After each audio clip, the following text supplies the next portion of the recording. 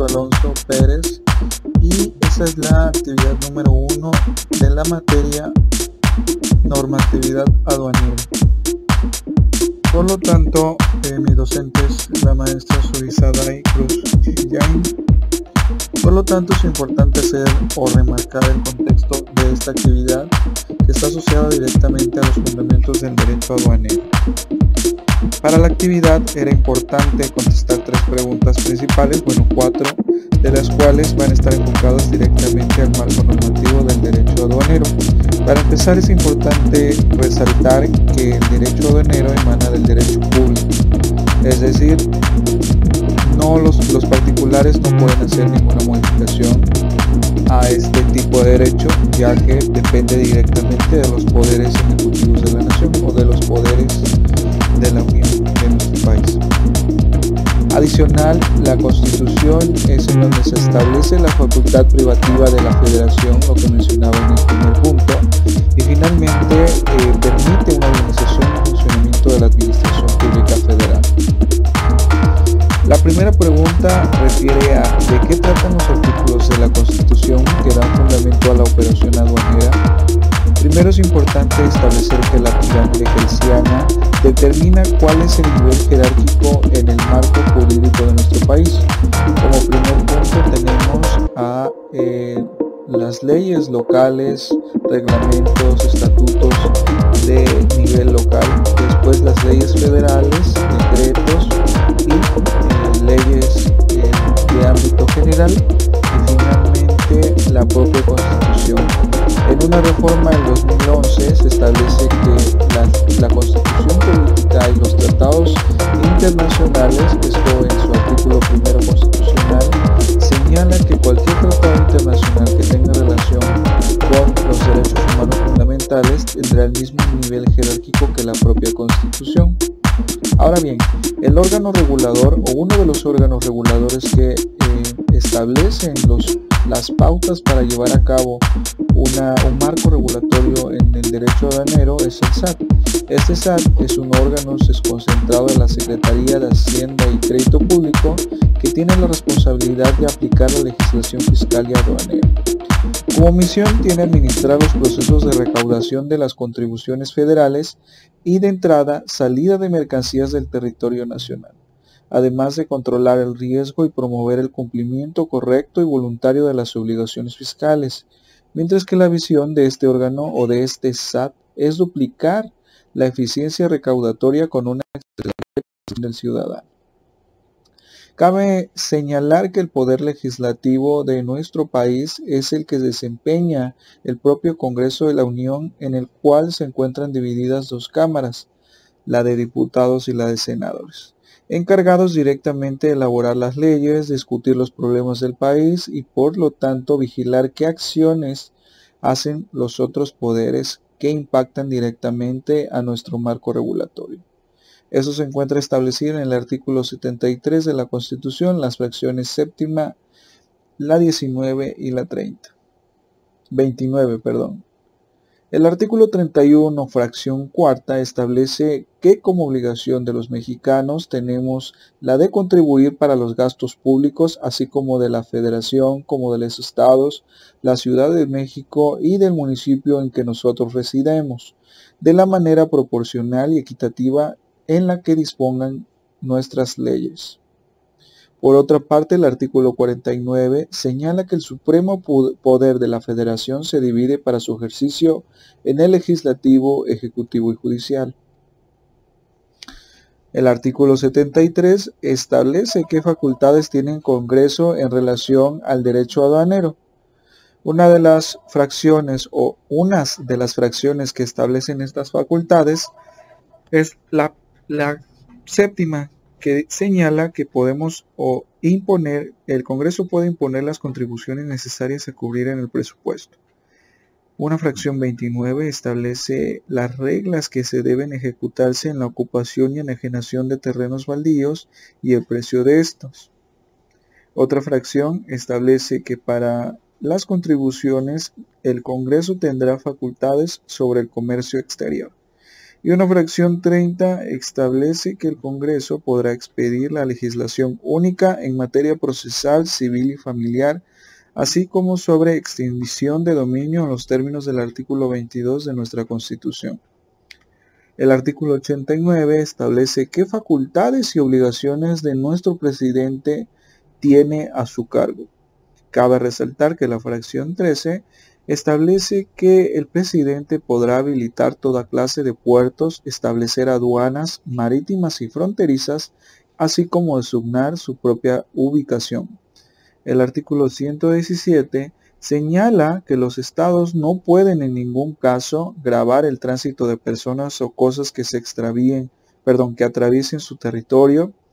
prohibir ni gravar directa ni indirectamente la entrada en su territorio ni la salida de él a ninguna mercancía nacional o extranjera. Y finalmente el artículo 117 también establece que en ningún caso se podrá gravar la circulación ni el consumo de efectos nacionales o extranjeros, con impuestos o derechos cuya extensión se efectúe por aduanas locales y que requiera la inspección o registro de bultos o exija también la documentación propia que acompañe la mercancía señalada. Otra fracción refiere que tampoco se podrá expedir ni Otra fracción refiere que los estados no podrán expedir ni mantener en vigor las leyes o disposiciones fiscales que importen diferencias de impuestos o requisitos por razón de la procedencia de mercancías nacionales o extranjeras, ya sea para esta diferencia se establezca respecto de la producción similar de la localidad o entre producciones semejantes de distinta procedencia. Un artículo 118 refiere que tampoco sin consentimiento del Congreso de la Unión se podrán establecer derechos de tonelaje ni otro alguno de puertos, ni imponer contribuciones o derechos sobre importaciones o exportaciones. El artículo 131 señala que es facultad privativa de la Federación gravar las mercancías que importen o exporten o que pasen de tránsito por el territorio nacional, así como reglamentar en todo tiempo y aún prohibir por motivos de seguridad o de policía la circulación en todo el interior de la República Mexicana de toda clase de efectos, cualquiera que sea su procedencia. Como pudimos observar, todos estos artículos hacen referencia al derecho aduanero y por supuesto el intercambio, traslado, clasificación, diversificación, transporte de las mercancías, ya sea de entrada o de salida, ya sea dentro del territorio nacional o hacia o de otros países. La segunda pregunta refiere qué orientación se debe seguir para la aplicación y cumplimiento de las normas aduaneras. Siempre debemos tomar en cuenta cuál es el marco regulatorio que rige nuestras conductas, nuestros procesos y nuestras operaciones, hablando desde un nivel individual hasta un nivel colectivo, social e inclusive empresarial. Por lo tanto, debemos mantener fija siempre esa orientación al cumplimiento de cuáles son las reglas, normas, procedimientos y recomendaciones que nos da el propio gobierno mexicano a través de la imposición de este marco regulatorio. Una tercera pregunta señala por qué es útil el derecho aduanero para un ingeniero en logística y transporte. Como bien sabemos, uno de los objetivos nosotros como futuros ingenieros es el de desarrollar procesos estandarizados que permitan y logren eficientar nuestras actividades en el ámbito de la logística, ya sea logística de entrada, proceso y salida, y que finalmente el objetivo sea que los productos lleguen a nuestro consumidor final de manera haciendo entregas perfectas. Por otro lado, el tema de la distribución de nuestros productos obviamente se debe regir bajo este marco regulatorio en el que se establecen cómo deben llevarse a cabo esta distribución o este ingreso y salida de mercancías y o productos destinados al consumo humano.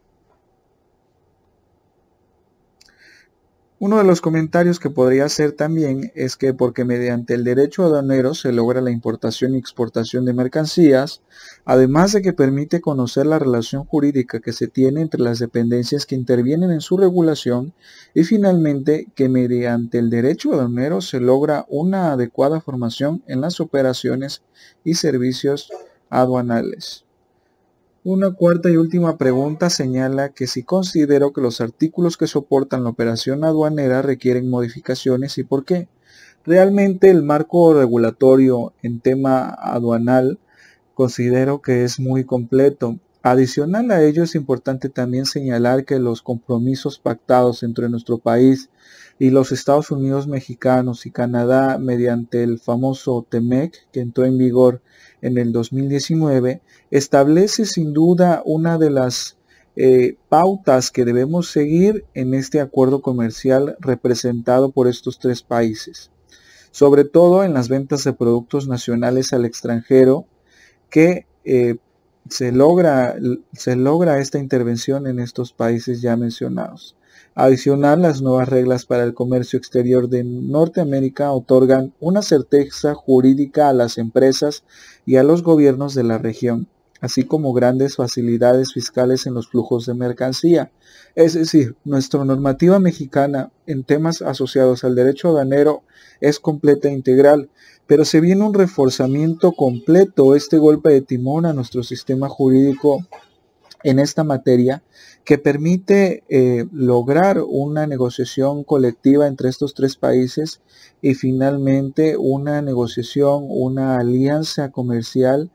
que seguramente potenciará esta venta de productos desde nuestro país hacia los otros dos países hermanos. Por otra parte, la llamada resolución que establece las reglas de carácter general relativas a la aplicación de las disposiciones en materia aduanera del TEMEC se compone de 5 títulos, 15 secciones, 84 disposiciones y 3 artículos transitorios, así como 3 anexos. Hablemos, por supuesto, de manera puntual en el trato nacional y acceso de mercancías al mercado. Tiene como propósito fundamental eliminar y reducir las barreras arancelarias y no arancelarias. Otro punto importante es el de las reglas y procedimientos de origen, que se encuentra integrado en las disposiciones 24 y 72. Cabe señalar o cabe hacer énfasis en estos documentos válidos, ya sea una guía aérea, conocimientos de embarque, carta de porte o documento de transporte multimodal que sea requerido para estos procedimientos de origen, con la finalidad de comprobar el transbordo o tránsito temporal de las mercancías por países, tanto dentro como fuera del propio TEMEC. Podemos referir también las tasas arancelarias, un compromiso compartido entre estos tres países, y por supuesto unas tasas arancelarias minoritarias que potencialicen el comercio entre este tratado de libre comercio. Pues muchísimas gracias por su atención, espero haya sido de su agrado y de manera retroalimentativa para ustedes. Compañeros, me despido a ustedes sin antes agradecer